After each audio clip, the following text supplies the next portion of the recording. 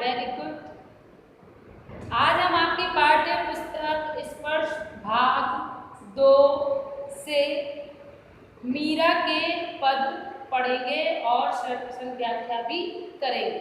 Okay, तो सबसे पहले मैं आपको मेरा इंट्रोडक्शन दे देती हूँ। माय नेम इज पूर्ति बैरागी, योर हिंदी टीचर। ओके, तो फर्स्ट वीडियो में मैंने आपको चैप्टर 1 एंड 2 के व्याख्या भी कर दी थी और समझा भी दिया था, क्वेश्चन आंसर भी करा दिए थे। तो अब हम आपकी पाठ्य पुस्तक स्पर्श भाग 2 से पाठ 2 मीरा के पद पढ़ेंगे और सर्वप्रथम व्याख्या भी करेंगे। वीडियो के अंत में मैं आपको होमवर्क भी दूंगी। तो मीरा के पद पढ़ने से पहले उन पदों में आए कुछ कठिन शब्दों को मैंने बोर्ड पर लिख दिया है। तो पहले हम इन कठिन शब्दों को थोड़ा समझ लेते हैं, जिससे हमें मीरा के पद पढ़ने में कोई दिक्कत नहीं आएगी। ओके, तो देखिए, पाठ्य पुस्तक स्पर्श भाग 2 कक्षा 10 विषय हिंदी पदखंड पाठ 2 मीरा के पद शब्दार्थ। ओके, शब्दार्थ सबसे पहले देखिए, ये मीरा के जो पद हैं उनमें उसने राजस्थानी, ब्रजभाषा आदि शब्दों का प्रयोग किया है।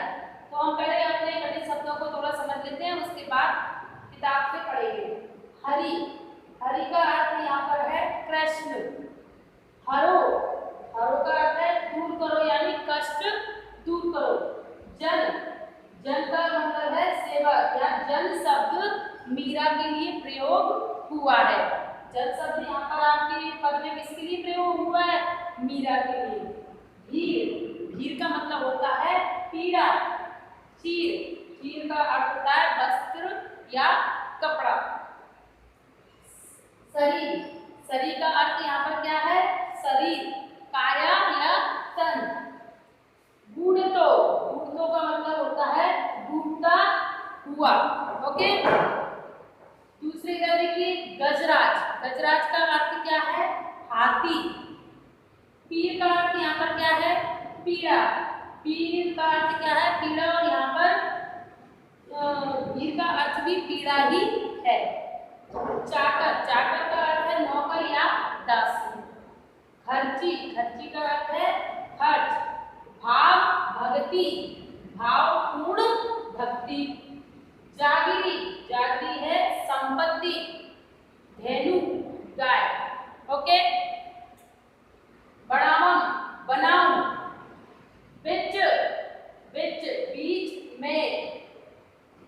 बारी, फुलवारी या बगीचा।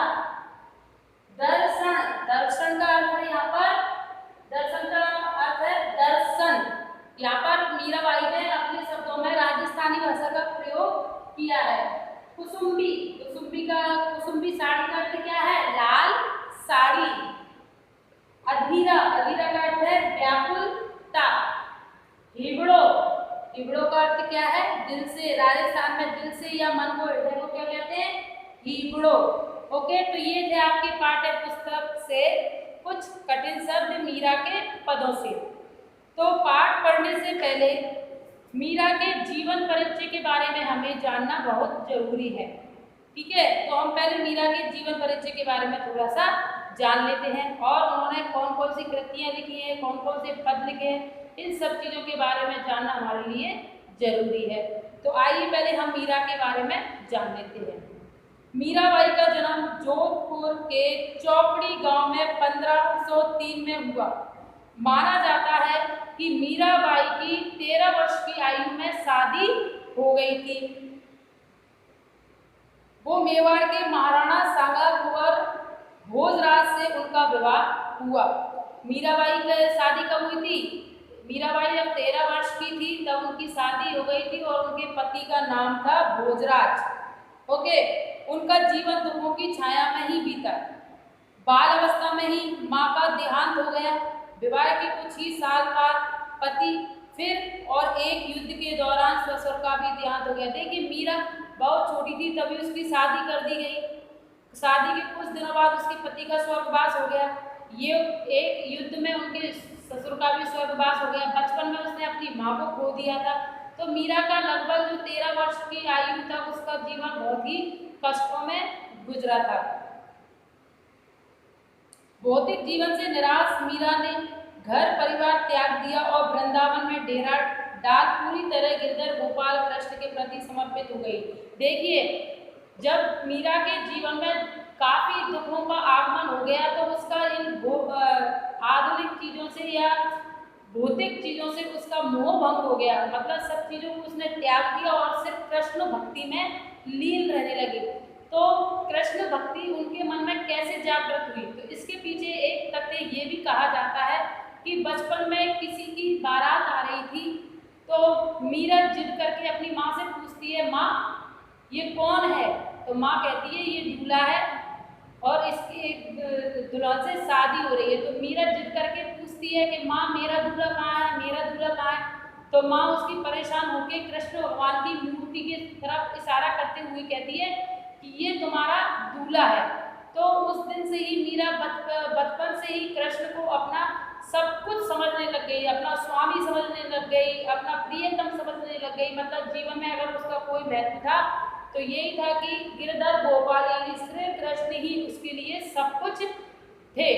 यानी अपने वर के रूप में, पति के रूप में भी श्री कृष्ण को उसने स्वीकार किया, मित्र के रूप में भी श्री कृष्ण को उसने स्वीकार किया और अपने दुखों को हरने वाले के रूप में भी मीरा ने कृष्ण को ही स्वीकार किया। यानी अपना संपूर्ण जीवन श्री कृष्ण को ही वह समर्पित कर चुकी थी। मीरा के जब उसकी शादी हुई थी तब भी वह अपने पति को पति नहीं समझती थी। उसका कहना यही था कि मेरा तो गिरधर गोपाल ही मेरा सब कुछ है, वही मेरा पति है। लेकिन जब उसने विपत्ताओं का सामना किया, समस्याओं का सामना किया तो उसका मोह भंग हो गया और उसने राजपाट सब कुछ छोड़कर वह वृंदावन में जा बसी। वहीं पर वह कृष्ण की भक्ति करने लग जाती है। मध्यकालीन भक्ति आंदोलन की आध्यात्मिक प्रेरणा से जिन कवियों को जन्म दिया उनमें मीराबाई का विशिष्ट स्थान है। इनके पद पूरे उत्तर भारत सहित गुजरात, बिहार और बंगाल तक प्रचलित हैं। मीरा हिंदी और गुजराती दोनों कवित्री मानी जाती है। संत रैदास की शिष्य मीरा की कुल 7-8 कृतियां ही उपलब्ध है। मीरा की भक्ति दैत्य और माधुर्य भाव की है। इन पर योगियों, संतों और वैष्णव भक्तों का सम्मिलित प्रभाव पड़ा है। मीरा के पदों की भाषा राजस्थानी, ब्रज और गुजराती का मिश्रण पाया जाता है। वह पंजाबी, खड़ी बोली और पूर्वी के प्रयोग भी मिलते हैं। तो ये था आपके मीरा के बारे में, उसका जीवन परिचय या उसकी कृतियों के बारे में थोड़ा सा हमने जाना। ठीक है, तो अब हम मीरा के पद पढ़ते हुए सह प्रश्न व्याख्या करेंगे। तो देखिए, मीरा का पहला पद है आपका, हरि आप हरो जनरी भीर। दोबारा पढ़ती हूँ, हरि आप हरो जनरी भीर। भीर का अर्थ है यहाँ पर पीड़ा, हरि का अर्थ है यहाँ पर कृष्ण, हरो का अर्थ है दूर करो, जन यानी सेवक की। मीरा अपने प्रियतम श्री कृष्ण से मुरली मनोहर से कहती है, हे श्री कृष्ण मेरी पीड़ाओं को आप हर लीजिए, मुझे इन पीड़ाओं से मुक्त कर दीजिए, आप मेरे कष्टों को कम कर दीजिए। तो आपकी पहली लाइन जो है, हरि आप हरो जनरी वीर। तो मीरा अपने श्री गिरधर गोपाल से कहती है, हे श्री कृष्ण मेरी पीड़ा यानी मेरे कष्टों को आप दूर कर दीजिए। अब द्रौपदी तेरी लाज राखी आप बढ़ायो चीर। अब देखिए, मीरा श्री कृष्ण को उदाहरण देते हुए कहती है कि आपने किन किन लोगों की सहायता करके उनके दुखों को दूर किया है, ठीक वैसे ही आप भी मेरे दुखों को दूर कर दीजिए। तो मीरा पहला उदाहरण क्या देती है, द्रौपदी लाज राखी आप बढ़ायो चीर। तो मीरा कहती है, श्री कृष्ण मुरली मनोहर, जिस प्रकार आपने द्रौपदी की भरी सभा में लाज बचाई थी, इसके पीछे एक कहानी है कि द्रौपदी को सभा में जब दुशासन निर्वस्त्र करता है उस समय श्री कृष्ण ही अपना चीर बढ़ाकर यानी साड़ी का भाग बढ़ाकर द्रौपदी की लाज बचाते हैं, ठीक वैसे ही मीरा कहती है कि जिस प्रकार आपने द्रौपदी की भरी हुई सभा में लाज बचाई है, चीर बढ़ा के यानी उसके साड़ी की किनोर बढ़ा के आपने जिस प्रकार मीरा द्रौपदी की लाज बचाई है, ठीक वैसे ही हे ईश्वर आप मेरे भी दुखों का अंत करो। भगत कारण रूप नर हरि धर्यो आप शरीर। अब दूसरा उदाहरण मीरा कहती है कि हे श्री कृष्ण मेरे मुरली मनोहर। भगत का मतलब क्या है यहाँ पर? भक्त। शरीर का मतलब होता है शरीर। दूसरा उदाहरण अपनी भक्त भाव विभोर होकर मीरा श्री कृष्ण से कहती है कि जिस प्रकार आपने भक्त प्रहलाद के लिए नरसिंह का अवतार लिया, भक्त प्रहलाद की जान बचाने के लिए आपने नरसिंह कौन होता है? जिसका आधा शरीर तो मानव का हो और आधा शरीर शेर का हो, उसको कहते हैं नरसिंह। तो कृष्ण भगवान ने अपने भक्त प्रहलाद को बचाने के लिए नरसिंह का अवतार धारण किया था। तो मीरा कहती है आप अपने भक्तों पर इतनी कृपा करते हैं, इतने दयालु हैं कि उनके प्राण बचाने के लिए, उनकी सहायता करने के लिए आपसे जो बन पड़ता है आप करते हैं। तो जिस प्रकार प्रहलाद को बचाने के लिए आपने नरसिंह का रूप धारण किया था, ठीक वैसे ही उसकी जान आपने बचाई थी, उसकी रक्षा की थी। ठीक वैसे ही हे प्रभु आप भी मेरे कष्टों का निवारण करें, मुझे सद्मार्ग दिखलाएं। बूढ़ तो गजराज राखो काटी कुंजर पीर। अब देखिए मीरा अपनी भक्ति में इतनी भाव विभोर हो गई है कि वे उदाहरण देती जा रही है। वो कह रही है कि जिस प्रकार आपने, बूढ़ तो का अर्थ क्या है? डूबता हुआ। गजराज का अर्थ क्या है? हाथी।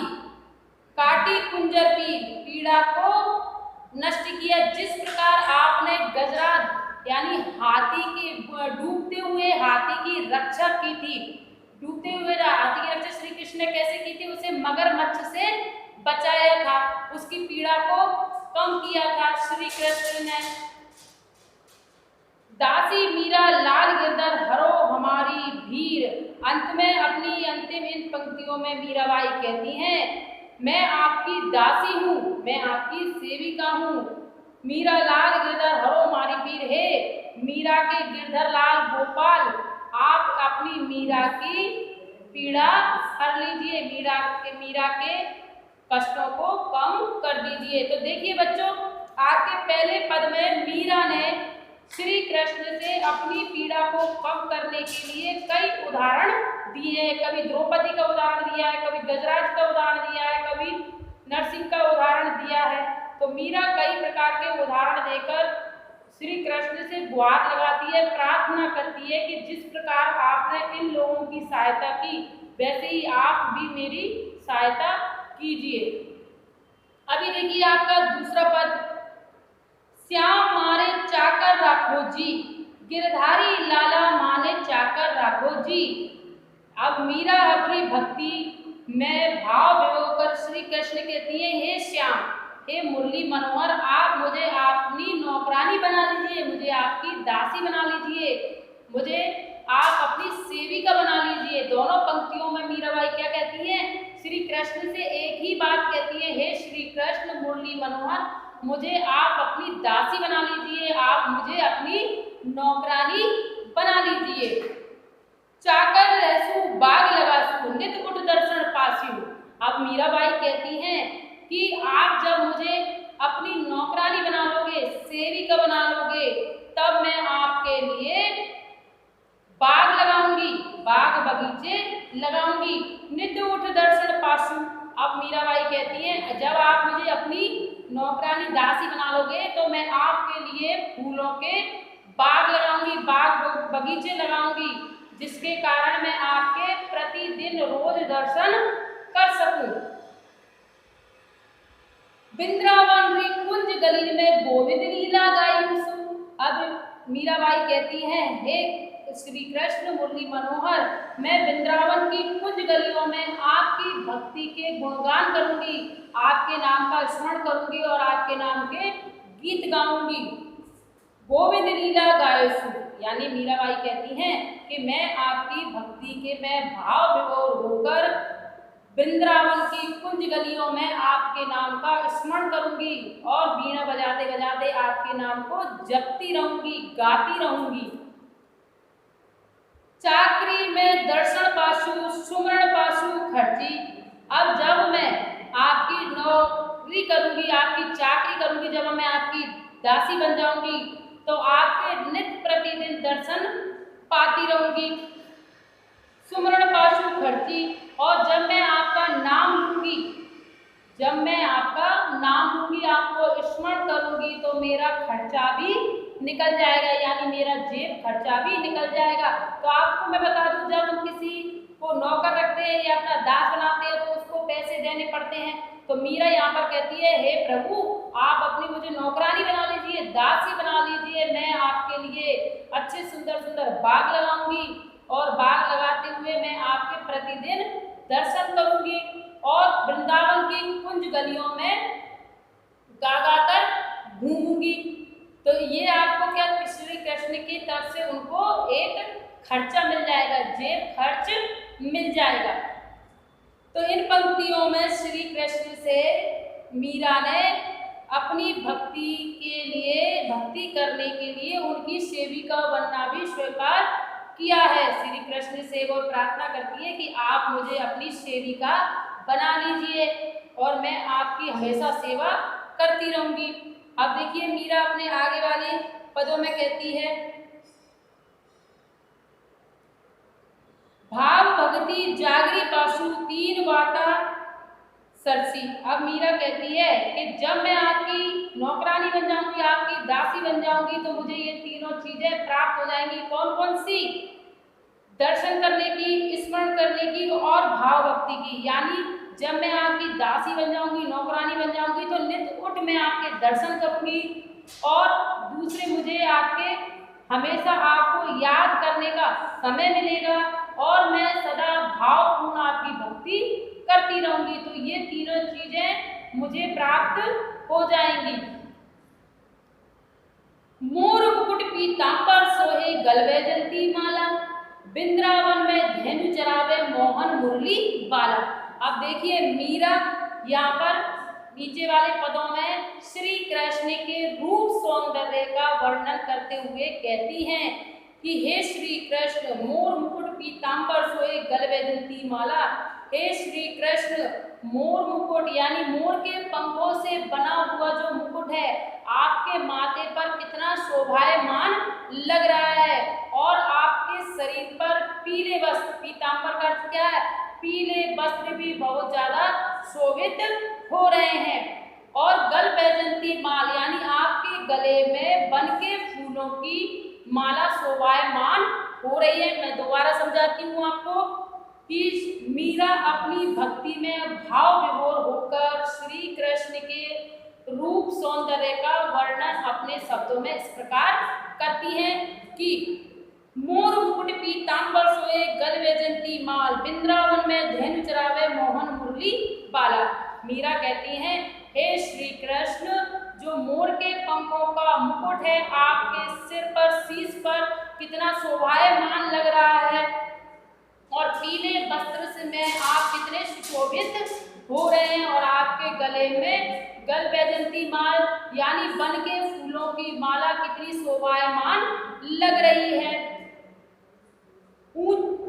वृंदावन में धेनु चरावे मोहन मुरली वाला। अब देखिए मीरा अपनी भक्ति में लीन होकर कहते हैं कि मेरा श्री कृष्ण तो वृंदावन में रहने वाला है, वृंदावन में अपनी गौओं को चराता है। मेरा मोहन मुरली वाला क्या करता है? वृंदावन में गौए चराता है। ऊंचा ऊंचा महल बनावन बिच बिच राखूं बारी, सावरियारा दर्शन पासू पैर कुसुम्बी साड़ी। अब मीरा आगे कहती हैं कि मैं, हे श्री कृष्ण, आप अपने वृंदावन में ऊंचे ऊंचे महल बना दीजिए जिसके बीच में मैं बीच में फुलवारी, बारी का मतलब क्या है? फुलवारी बना दूंगी। श्री कृष्ण से मीरा अपनी भक्ति में क्या कहती है? हे श्री कृष्ण, आप वृंदावन में बड़े बड़े ऊंचे ऊंचे महल बना दीजिए, जिनके बीच में मैं सुंदर सुंदर फुलवारी यानी बाग बगीचे लगा दूंगी। सांवरियारा दर्शन पासु पहन कुसुम्बी साड़ी। अब मीरा कहती हैं कि जब मैं आपके लिए बाग बगीचे लगा दूंगी, जब मैं आपके लिए आपके महल के सामने बाग बगीचे लगा दूंगी, तो मेरे सांवरिया यानी श्रेष्ठ कृष्ण मैं आपके दर्शन कर पाऊंगी। पहन कुसुम्बी साड़ी, और मैं आपके लिए लाल रंग की सुंदर साड़ी पहनूंगी। कुसुम्बी साड़ी का मतलब क्या है? लाल साड़ी। मैं आपके लिए सुंदर एक लाल रंग की साड़ी पहनूंगी। आधी रात प्रभु दर्शन दीजो जमुना रे तीरा। अब मीराबाई कहती है अपनी भक्त में श्री कृष्ण से, हे श्री कृष्ण, आप ऊंचे ऊंचे महल बना लो, जिससे मैं सुंदर सुंदर फुलवारियां लगाऊंगी, बाग बगीचे लगाऊंगी, जिसके कारण मैं आपके नित्य प्रतिदिन दर्शन करती रहूंगी, और आपके लिए मैं सुंदर कुसुम्बी साड़ी यानी लाल साड़ी पहनूंगी, और आप आधी रात में मुझसे मिलने के लिए जमुना जी के तीर यानी जमुना जी के किनारे पर आ जाना। तो यहाँ पर क्या है, श्री कृष्ण से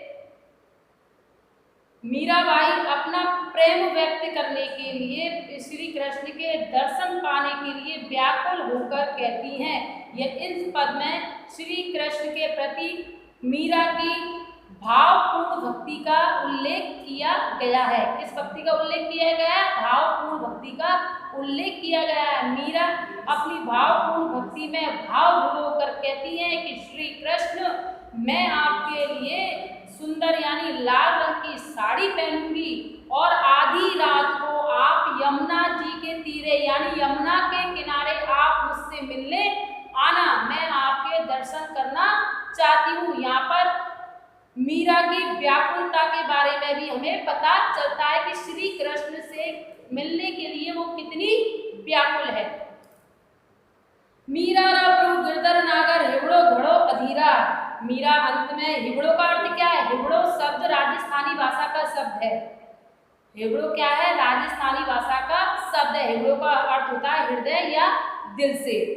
अधीरा का अर्थ है व्याकुलता। तो मीरा कहती है, हे प्रभु गिरधर गोपाल, आपसे मिलने के लिए मेरा हृदय यानी मेरा दिल बेचैन है, व्याकुल है, तो इसलिए आप शीघ्र आकर मुझसे यमुना के किनारे मिलिए। तो ये थे आपके मीरा के पद। अब मैं आपको बता दूं कि यदि परीक्षा में कहा जाए कि मीरा के पद की सप्रसंग व्याख्या कीजिए, तो आपको किस प्रकार सप्रसंग व्याख्या करनी है? आपको प्रसंग में लिखना है, हमारी पाठ्य पुस्तक स्पर्श भाग 2 मीरा के पद से ये पंक्तियां ली गई हैं। इन पंक्तियों में मीरा ने श्री कृष्ण से अपनी भक्ति जागृत करने के लिए कई उदाहरण दिए हैं, जैसे द्रौपदी का उदाहरण, गजराज का उदाहरण आदि उदाहरण देकर अपनी भक्ति को प्रदर्शित किया है। ठीक वैसे ही आपको दूसरे पद का करना, व्याख्या आपको किस प्रकार करनी है? जिस प्रकार मैंने आपको मीरा के पद अभी यहाँ पर समझाए हैं, उसी प्रकार आपको इनकी व्याख्या करनी है। ओके, तो अब आप क्या, आज का होमवर्क ये है कि आप अपनी नोट कॉपी में पहला तो आप कर ही चुके हैं। आपकी नोट कॉपी में आपको इन दोनों पदों की सप्रसंग व्याख्या करनी है, ठीक है, और इनको भी पदों को भी लिखना है। साथ में आपको मैं सेकंड वीडियो में इस मीरा के पदों से प्रश्नोत्तर करवाऊंगी। थैंक